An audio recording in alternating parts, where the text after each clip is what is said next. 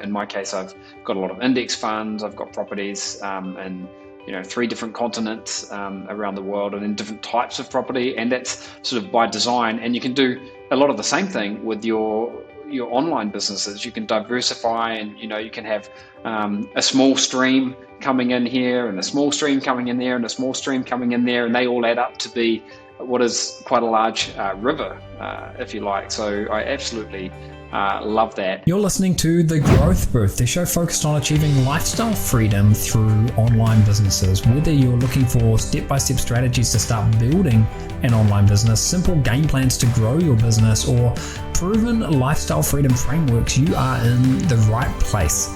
Stay tuned and be sure to join the thousands of listeners already in growth mode. Welcome to episode number 103 of The Growth Booth. Great to have you with us here today. I'm going to be talking about something which is fascinating to me, something that I've done a lot of in different ways, but definitely not as prolific as our special guest who we've got here today, who is none other than the one and only Sophie Howard. Sophie, thank you so much for taking some time out of your day there. Thanks, Aidan. Thank you so much for having me on your podcast. So I've met Sophie in person multiple times. Sophie lives in New Zealand these days, and whenever I'm back in New Zealand, we always catch up and do lunch. We've done get-togethers over like a full weekend and stuff, where we've just been brainstorming all kinds of ideas for business, for investment. And I think the topic that we've got here today combines all of those and finds this unique sort of intersection between having a business, having a passive income stream, being able to take a few shortcuts to actually get you there. And Sophie combines a lot of her knowledge, which has been built around building online businesses for herself, helping thousands of students, having a passion about financial freedom, lifestyle freedom, into everything that she's been doing with enormous effectivity, I could say. So, Sophie, we're talking about something today which is potentially a path to shortcutting having a passive income online. Maybe you could dive in and give people the 10,000 foot viewpoint, and then we could get into the weeds a little bit. Super. Thanks for the intro. So the idea is that rather than building a business from scratch, which I've done and I've loved and had good results with, but a lot of hard work, a lot of trial and error, a lot of uncertainty, and even in the very best scenario, quite a long lag from day one to that thing running profitably and easily. One whole new idea that you might not have thought of is to go out and buy an existing online business. So it's kind of at this intersect of being an entrepreneur, seeing an opportunity, growing it, being creative, running an online, very smart, profitable business, and also being an investor. So using your resources to earn an income stream. But the beautiful thing with this model, which I just love now I've started doing it, is that you do one transaction and somebody else's income stream flows into your bank account. They've done all that hard work, the failed Facebook ad campaigns, the supplier that let them down, replaced, all the things that they've had to work through have been worked through. And so if you buy something 2 or 3 years old, it's ranked on Google, it's got the reviews, it's got the email database. I mean, you couldn't even recreate those email databases for the cost of buying the businesses sometimes. Yeah. So I just love buying something proven and already successful, and then still have some creative ideas about potential upside and some savings you could make it more efficient, or add some products or play around with it to make it even better. But it's such a fast track to owning a profitable online business. The thing I love about this is the parallel that it has with a lot of the offline investing that I do. So, for example, I bought a lot of property. I bought a farm in the past 12 months as well. And the farm is a good example, actually, because the farm has or had an existing tenant in place, someone who was paying thousands and thousands of dollars lease every single month. So I sort of swooped in, I bought the farm for an enormous amount of money compared to buying an online business. But I had this built-in passive income stream from day one. And another example would be buying a property, an apartment that's already got a tenant renting in it. The difference, though, is that instead of getting a 5% return on investment, I don't know, what can you get? It must be like 50% return on investment. Like in 1 year, if a business costs you 50 grand, I don't know, how much can you make back? You could probably make half of that back or more. Yeah, well, the kind of standard formula, if you went to a broker and got them to list it on a marketplace, they would generally price it on the market at 3 times the net annual profit. Right. Sometimes the software ones get valued differently. I tend not to buy software businesses because they're a bit complicated. I want really simple, really straightforward business models, but generally the asking price is around 3 times net profit. But then on top of that, you add in your nifty negotiations and very motivated sellers at the moment. There's a lot of people really needing some cash out of whatever they're doing, Yeah. or are burnt out, or whatever. Lots of personal reasons people want to sell and are pretty flexible on price or terms. They might finance it for you, which is very nice.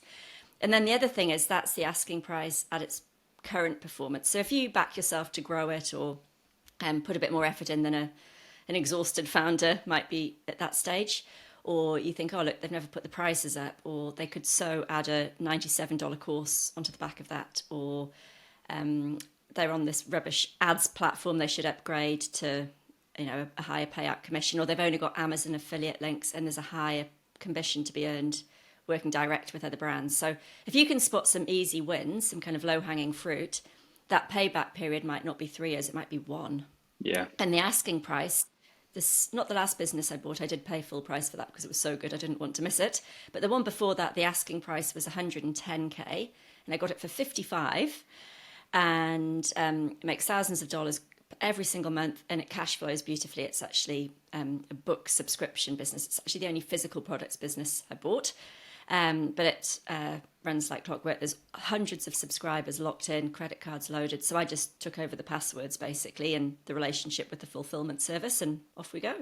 So I'm hoping to really pick up the pace on that. Yeah, so to put this in perspective and really sort of compare buying an online business with buying an offline investment. So if you buy an offline investment, an apartment, let's say it costs $100,000, you get a 5% return on that. It's going to take 20 years to recover the money that you've put in. With an online business, you might be able to buy something for $10,000 or $100,000, whatever the price is, and potentially could get that back in 1 year. So you put your investment money in, potentially get it back in 1 year, maybe a little bit longer. Every deal is different, but these investments are just not even in the same league. And I think that's what makes it so exciting. What about in terms of like the scale here? You've mentioned you've and I know you've bought businesses online that have cost hundreds of thousands of dollars. What about if someone has got a smaller amount of money to invest? What's been your experience there? Yeah, there's definitely I see there's 3 tiers of people that are interested in doing this. And there's the people I would call like the side hustler crowd. And so you may be prepared to be a bit more hands-on with running the site yourself, which is fine if you've got time. That's a very rewarding thing to do, to be hands-on, tracking the SEO results and coming up with new keywords for new articles. You might outsource some of the writing, but really, if you're on a tight budget, you can still buy something small that's got an income stream. It'll still be valued around that 3 times multiple as a general guide. But the trap with the smaller businesses is that they don't pay enough out for you to cover the operating of them. So you then have to do the work yourself rather than pay an agency to write 2 blog articles a week or whatever, manage the affiliate relationships or something. So I tend to find the sweet spots in this middle zone, which I call the acquisition entrepreneurs. So I don't need to spend my time worrying about Google updates so much. There's a team and writers who do keywords and track what Google's up to, and even upload the articles for me, because I'm in that next band up where the business generates 5 or 6k profit a month, say. Right. A couple of k goes into all the operations being done for me. It might come with a team, like an assistant gets transferred over with the business. And so it cash flows faster. Well, it cash flows on day one at the bigger bracket, often more easily than the pay 5k, but then you've always got to top it up 2k every month to keep the thing growing and running for hitting your future goals. And then there's another band above me, which terrifies me. It's so not me.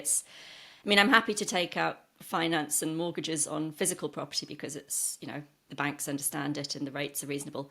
There's a very tricky world of, finance for these online businesses, but the banks can't really secure their assets there very well. The security is really challenging for a lender. And so the only finance part I have is, and this sort of caps me at the size of deals I get into, which is that the seller is happy to take the payment in installments. So they basically do a seller finance package, Yeah. which eases out the cash flow and lets me buy something bigger than I could afford with straight cash. But living in New Zealand, I can't access SBA loans. Yeah. I certainly wouldn't want to mortgage my house against an online business. There's some higher risk things in the stable, and then there's some lower risk ones like farms and family homes and investment property. So it's very like property investing. You've got the developers are like the builders, or the developers are like the side hustle people. They're really actively working. They've got to, keep grinding to get an asset that's going to generate income in the future. Yeah. And then the mid-band is kind of like being a residential or commercial property investor. You buy an existing building, you take over leases, you do a bit of maintenance, but basically it's passive, and you buy quality assets and you choose which suburb, and you choose if you'd rather buy a farm or an apartment. Yeah. And then the next tier up's, entire apartment buildings, city blocks, Yeah. Not my world. You need to really come out of a merger and acquisitions background or from Wall Street to be competent and, able to do that well, because you've got the finance side, and then there's a bit of the tech stuff to get your head around, which I keep very simple in my strategy. I just do very simple business models and very low headcount and very low overheads to keep things really as automated and passive as possible, because I'm more about lifestyle than buying and rolling up 5 companies and flipping them and dealing with private equity firms. So I keep mine really simple. Going back to about 2006, we bought an online business, and you can imagine what the websites looked like back then. But it was a website that was getting traffic. It was making money through CPA affiliate marketing. And I want to say we bought it for, I'm relying on my memory here, which is pretty tricky going back almost 20 years, but I want to say we bought it for about 46 grand, and it went on to earn us hundreds of thousands of dollars like clockwork. And that was, at the time, that was, very significant amount of money in the business. And I think it was really sort of shortened our path to success online. So I see it as a massive shortcut for people who have got some funds available and want to just secure themselves with a passive income stream. Obviously, you need to know how to do it the right way. I'm going to share a story in a moment about how I've sold over 1,000 websites. I've actually sold over 1,000 websites. But first of all, before I tell that story, why would someone want to sell, in your opinion and your experience, why would someone want to sell a website if it's making them money? What have you seen? Well, it's a good question. And I sometimes think about this when I'm buying. I'm like, I really try and get inside the vendor's mind, because it helps with negotiations, because you can sort of get them to think ahead about collecting that check and selling the business to you at a great price. But also, are their intentions honourable? Is there something going on that they're trying to flick off? As part of my due diligence, I'm checking for any red flags and alarm bells about, what's maybe not so great. Are they trying to get rid of something that's not quality? But again, I've sat on the other side of the fence like you and sold businesses. I built and sold a 7-figure Amazon business that's still running really well today. I built and sold a tea subscription business that did $1 million on Amazon last year. And the people who bought it got a great deal. It was what they were looking for, a fast track to an online income stream without having to do all the education and upskilling and trial and error, choosing products, lag to grow it. So they were looking to buy. I actually had a big mortgage, I had 2 children, and I had this very profitable Amazon brand. And I asked a broker, what do you think this would be worth? I'd been trading for 15 months. And he said, I think I'd get $1 million for that for you. US. It's like sitting in New Zealand with a mortgage and a day job and running a business on the side and a baby and a toddler. It's like, well, that sounds marvellous. Take it. And he got me a buyer the next day, cash buyer. Yeah. And so I walked onto a plane coming home from a conference, the payment cleared, and I just cleared my mortgage in one transfer off my phone. Yeah. Like 700K mortgage or something was just gone. And then restarted and started another business. A quick message now from the sponsor of today's show, which is Float Hosting. If you want to save 50% on your annual hosting, then head over to Float Hosting using the special link, which is thegrowthbooth.com/float. And using that link, you're going to see how you can save 50%, over $100 on your annual subscription to the most popular plan at Float Hosting. And because I own Float Hosting, I will make sure that you get well looked after. Now, back to the show.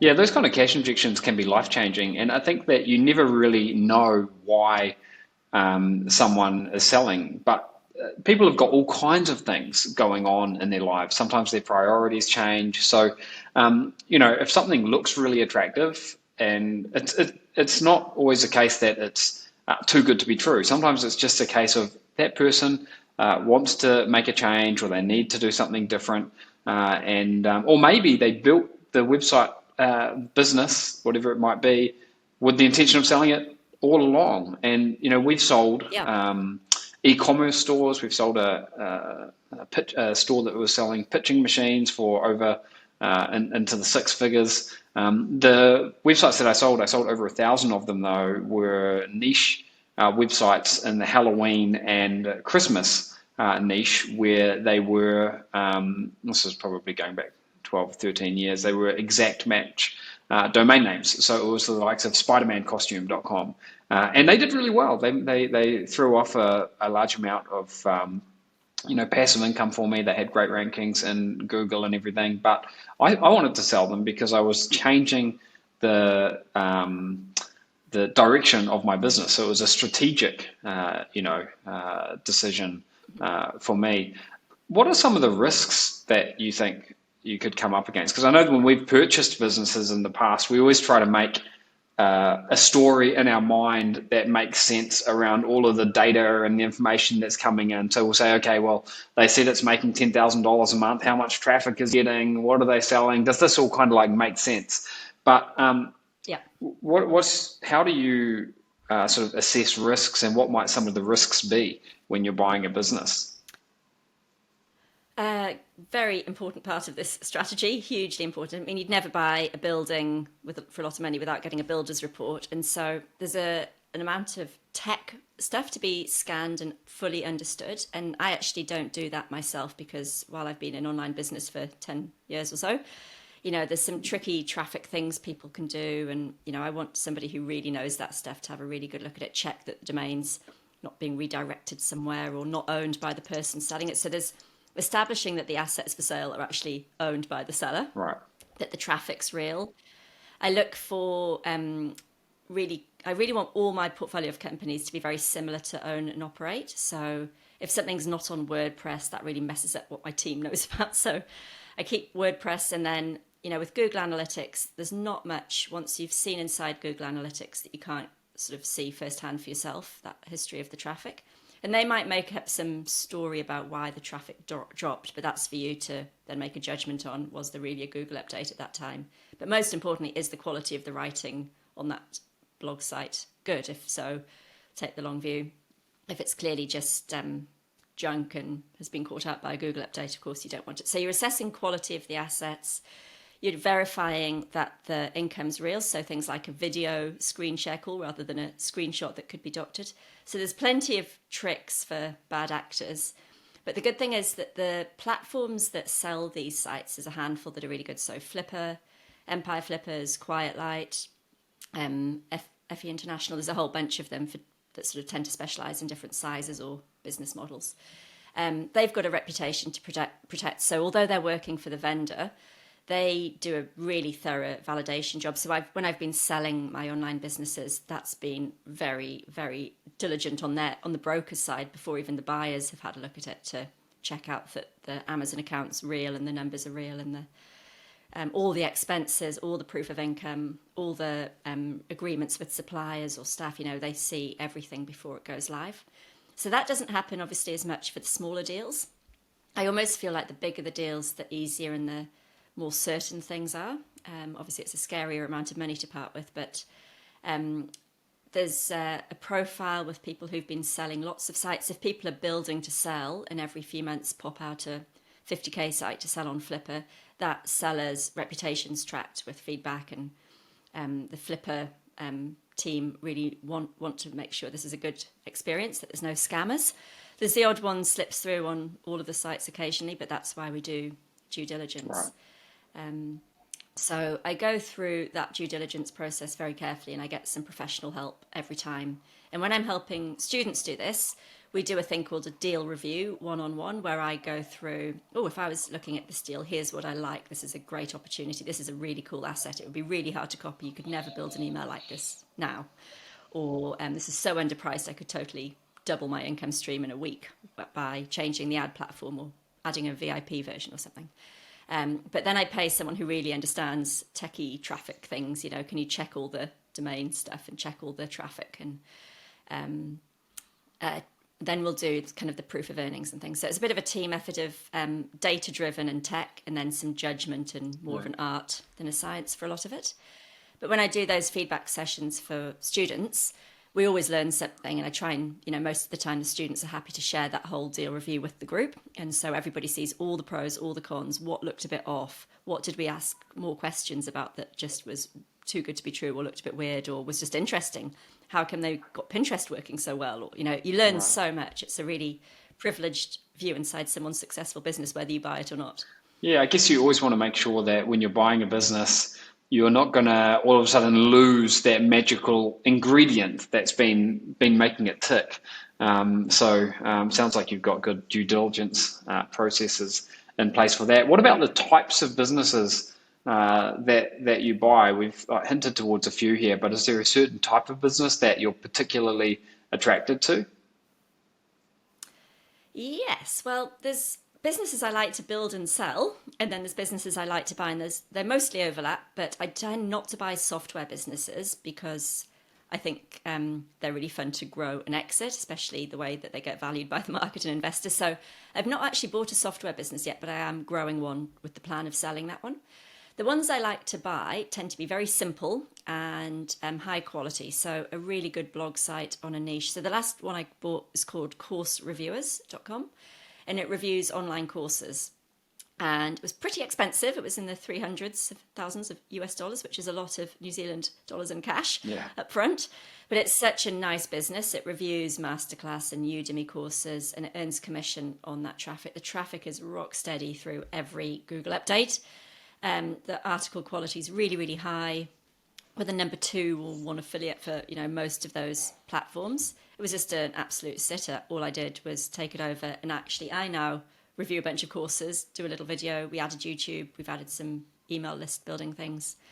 So that would be like a perfect example. Well, that's one that would you'd definitely be able to add a lot of value to. So I guess when you saw it, it was a model, affiliate marketing, reviewing courses that you already knew inside and out. So I guess when you see one like that and you think, wow, I could actually add something to this. Or for example, let's say you're passionate about fishing and you see a fishing blog come along, you might think, I've been fishing for the last 20 years. I know a thing or two about fishing. I could, add my own spice to this website and probably take it to another level or something. So I guess that's one thing that you could look out for. But what else do you sort of look? Is there a certain genre or style of business that you want, other than that it's just really simple and quality?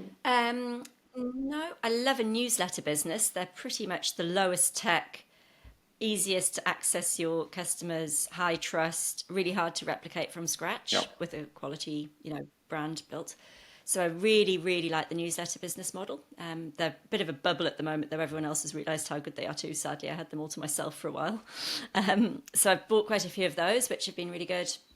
And basically WordPress content sites where the two big kind of sources of income are affiliate relationships or advertising. So that course reviewers one didn't have any advertising on it, despite lots of traffic coming through. So we put a little bit on, not huge blocks all the way through, just one banner on the side, but it all adds up. And the things that I keep away from are where there's really big sort of staff or big overheads attached. I want to keep it really lean. I don't want to have a big team. I don't want to build an empire. I want 10 businesses that produce 10k a month each, rather than one enormous thing that's really complex. But simple and repetitive is good. The same team.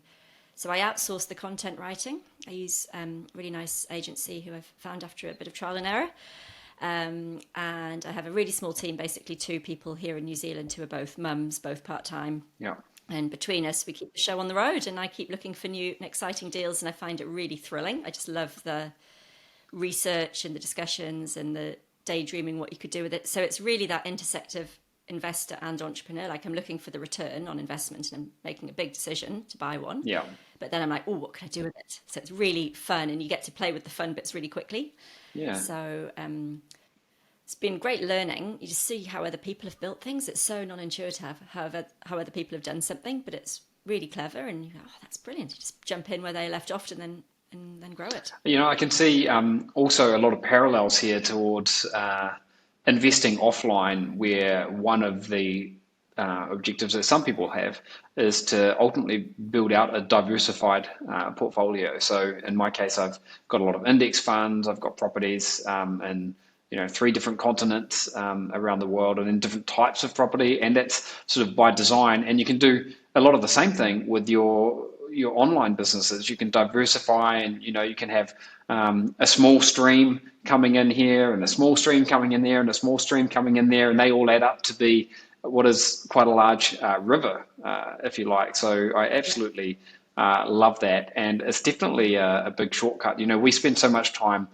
building businesses and teaching people how to build businesses that it's quite refreshing sometimes to sit back and think, if I've got some money that I wanted to invest, I could bypass all of that and just buy something and start reaping the rewards straight away. So I love it. Is there a specific process that you sort of work through when you are looking to buy one of these businesses?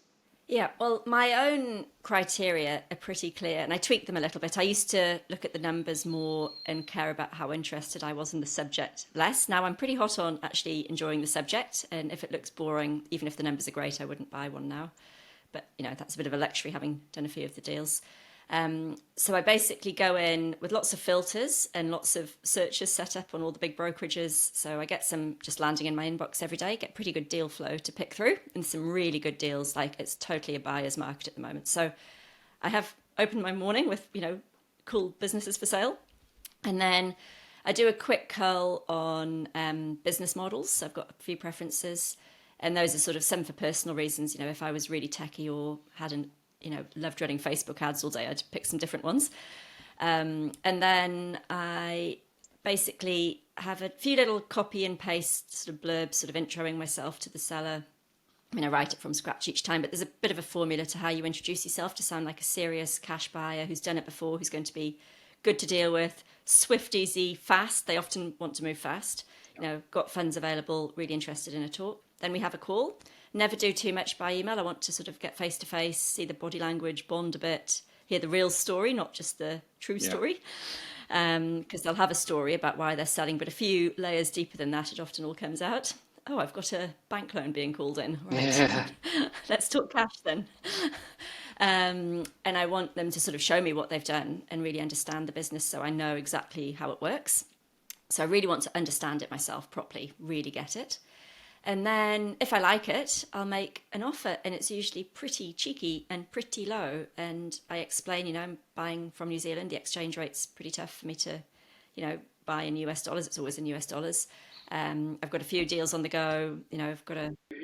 Sophie, I could tell them I'm buying from Argentina, and we've got 130% inflation, and this is a peso market, and we don't know if we're going to have a reserve bank next year, and all these other things. So I like that strategy. Aidan. I like that strategy. Anyway, sorry to interrupt. I just couldn't stop myself there.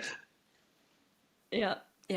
So anyway, I try and sort of really bond. I think that communication with the vendors, the biggest lever of being able to be effective and getting good deals and at good prices. So I really put effort into those calls and prep for them. I don't turn up and go, so tell me about your business, Right. Come up with good questions. And when I'm coaching people how to do this, give them a template and a bunch of questions to start with.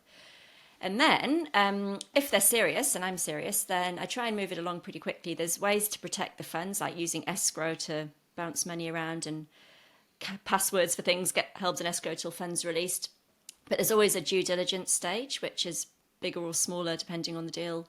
Sometimes very quick and simple. If it's a newsletter business, you need to see proof of funds, eyeball the email list, see the open rates from the inside of their CRMs and things. Yeah. But it could be just I wire some money to escrow, I have a good check over of everything, and in a couple of days release it. And I always lock in. This is what I do to keep myself working hard on a new deal: is I write a 100-day plan before the money clears. That is what I would like to do to the business to grow it, to make the most of it. Some things to tidy up, some ugly dated designs, or do some SOPs and trainings for that step and get my VA to do that thing, not their person. There might be relationships and meetings you've got to, get to know people for an intro. So I do a 100-day plan just for the discipline of making sure I'm buying a good business I can do something with, and I've really thought it all through, that I can do what needs to be done to it. And I run that past the seller and say, what would you do differently? Can you think of anything else I've missed, or have you tried any of these? And that just somehow, it just gets me really focused. So the day that thing comes through, I have an action plan and we hit it really hard to make sure we capitalize on that, excitement of the new deal, and the motivation's really high. Get the systems bedded in, get everybody's, get it feeding into the weekly reports, all of that stuff. We just smash it really fast and then sit back and watch. We don't want to break Google. If it's a blog site, I don't suddenly redesign the whole site and delete 50 articles and throw 100 new ones on. Just let it settle in for a few months. Yeah. Just chip away doing what the founder was doing, but working on the new content, working on new designs, working on new affiliate links and things. So it's been good just to have. I just think you need a bit of discipline in life. I could sort of turn up here and say anyone could do this, and you don't need to be techie, and you don't need a big budget. You do need a bit of budget, and you do need to take an interest in your business. I think it's not 100% passive.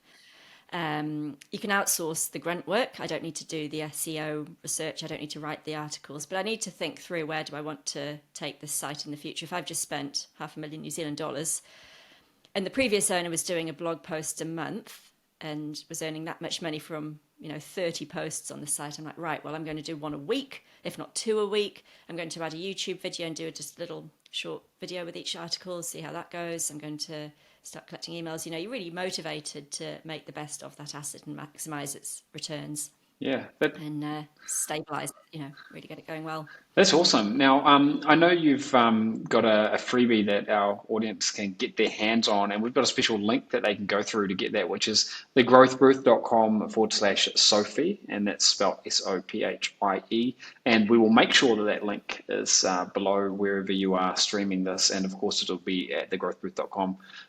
And it'll be episode number 103, where you can find that and show notes and everything else. But tell us a little bit, give us the high-level overview of this freebie that folks can get their hands on. Oh, it's sort of in two parts. So there's a book called Freedom Navigator, because although I can talk about these deals, people who like numbers would like to probably see actual case studies and what you paid, how it worked, what the overheads were. So I've done a deal breakdown of 3 recent deals that I've done in this book, and also outlined my own acquisition criteria, what I look for, a few horror stories along the way. I've never actually been ripped off. I've not had one that's, been bad so far, touch wood. Everything I've bought does what it should. It's a portfolio, so some are better, some are worse, but, they've all been, good decisions, and I'm really happy with the criteria and the processes. So I talk through in this book the criteria I have, the deals I do, what I look for, some real case studies. And then also post-deal, some of the, you've got the migration, but also to step you through how you would go about building a team, ways to get these sites up and operated once you take them over. So there's a lot in that little book. And then there's also a free webinar, so a class taking you through over the shoulder with screen sharing of actual deals, walking through how I interact with the sellers, all that kind of thing. Because if you can get vendor finance, that's a huge game changer for what you can afford to buy, and how the cash flow works and how scary it is. So we want to sort of take the risk out of it, maximize the upside, and I think it's a really interesting strategy. I mean, it's not obvious. People don't talk about it a huge amount. I don't come to it with a finance M&A background. I've come to it because I've seen the very fun side of selling a business and growing businesses, and it's sort of the third piece of the puzzle, which is just buy one that's already really good. And it would really suit people who've got a bit of confidence. You need to be a bit decisive to actually make the decision, because every deal, it's like looking at a house. It might be the perfect house in the perfect suburb, but the guttering needs replacing or something. So there's always a bit of negotiation, a bit of maintenance, maybe some upgrades, maybe you're going to have to pay a premium because everyone's going to want this in your negotiation strategies. Different. Right. So it's really fun, engaged business. It's proper business. It's not sort of passive. There are ways to passively invest in online businesses, but this would be a lot less workload than building from scratch, but a lot more, lot higher return in the short term when you pick the right deal. So yeah. I think it's been very liberating. I think you'd need more than one deal to sort of balance out the risk and get some efficiencies across the different sites you would buy. And it's been really fun. That's awesome. Really enjoy it. Really find it. Yeah, I can tell. And, it's just such an interesting approach to massively shortening the path to having a passive income stream that you can just use to be the vehicle that allows you to live the lifestyle business that could allow you to do anything you want, really. So I love this. I'll make sure that we get the link published again, which is thegrowthbooth.com/Sophie. That's where you can go and get your hands on all of this. And also over at thegrowthbooth.com, navigate to episode number 103. We'll go through the show notes, the transcription, and all that good stuff, and links to the different websites that Sophie mentioned and everything else. So lots of value there. Sophie, thank you so much for taking some time out and just being so candid about what you're doing here. I absolutely love it, and I'm going to definitely be knocking on your shoulder to get a few tips. I want to get some of these deals going for myself. So thanks so much. Thank you, Aidan. Yeah, thank you so much. As you can tell, I really love talking about this, and anybody who's interested in getting started, love to help you too. There's so many more deals out there than I can possibly do, so very happy to chip in and help you find the right one for you if I ever can. So awesome. Thank you very much. All right, guys, that's a wrap. This is episode number 103 of The Growth Booth. Up next week, we're going to be talking about my AI toolkit and 10 transformative AI tools that could change your life. Make sure you tune in next week for the next episode of The Growth Booth. Bye for now.